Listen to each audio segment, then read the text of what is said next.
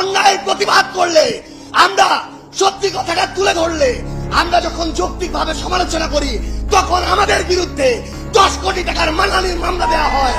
তখন আমরা মনে করি এগুলো হচ্ছে আমাদেরকে ভয় ভীতি দেখানোর লক্ষ্য। 3 বার ব্রেকিং ব্রেকিং ব্রেকিং দিয়ে ওই চ্যানেল 1, এই চ্যানেল 1 থেকে প্রথম এই প্রোপাগান্ডা পুরা বাংলাদেশকে, পুরা পৃথিবীকে গেলানো হয়েছে। আমরা এখন ওই চ্যানেলের নাম দেখে শান্ত থাকবো না। আমরা দেখবো ওই চ্যানেলের মালিককে। আমরা দেখেছি ওই চ্যানেল 1 এর মালিক হচ্ছে গিয়াসউদ্দিন আল মামুন। আমরা দেখবো ওই গিয়াসউদ্দিন আল মামুনরা কার ছত্রছায়ায় এত বড় প্রোপাগান্ডা করার সাহস পায়। আমাদেরকে মিডিয়া কর্মীরা এটা পর্যন্ত বলেছে, ভাই আমরা কনফার্ম উনি দেশে নেই, কিন্তু উপরের চাপ আছে, আমাদেরকে ব্রেকিং দিতে হয়েছে।